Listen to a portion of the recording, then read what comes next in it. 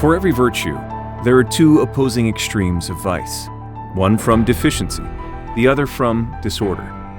Virtue, then, is the golden mean, the balanced, rightly ordered response between those extremes. It is the narrow path between the margins of vice. Take courage, for example. On one side lies cowardice, a deficiency of courage that causes one to shrink from difficulty, avoid discomfort, and abandon duty. On the other side lies recklessness, a disorder of courage, untethered from wisdom, that throws one into danger without cause or counsel. Courage, rightly ordered, is the golden mean between the two. It knows when to advance, when to wait, and when to stand firm. It is the steady hand under fire, neither ruled by fear nor blinded by bravado. Imagine standing at the edge of a battlefield. Courage would move you to rise with your fellow soldiers and run toward the fight, even though fear beats in your chest. Cowardice would paralyze you, holding you back. Recklessness would drive you to charge in alone, unarmed and unwise, with no chance of victory. But the golden mean walks in step with truth, timing, and grace. This principle applies not only to courage, but to every virtue. Righteousness, for example, lies between unrighteousness and self-righteousness. Generosity lies between stinginess and extravagance. Patience lies between impatience and indifference.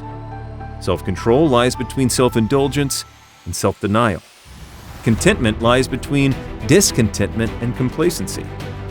The virtuous life is not an extreme on either end, but the steady, centered walk of one who follows the way. This is why virtue requires both strength and discernment.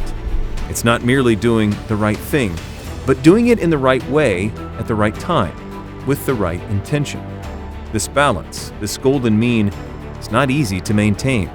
In fact, without the guidance of the Holy Spirit, it's impossible. But with grace, it becomes the rhythm of a soul in harmony with God. The world will often pull you toward the extremes. It will applaud pride and call it confidence, or excuse recklessness and call it bravery.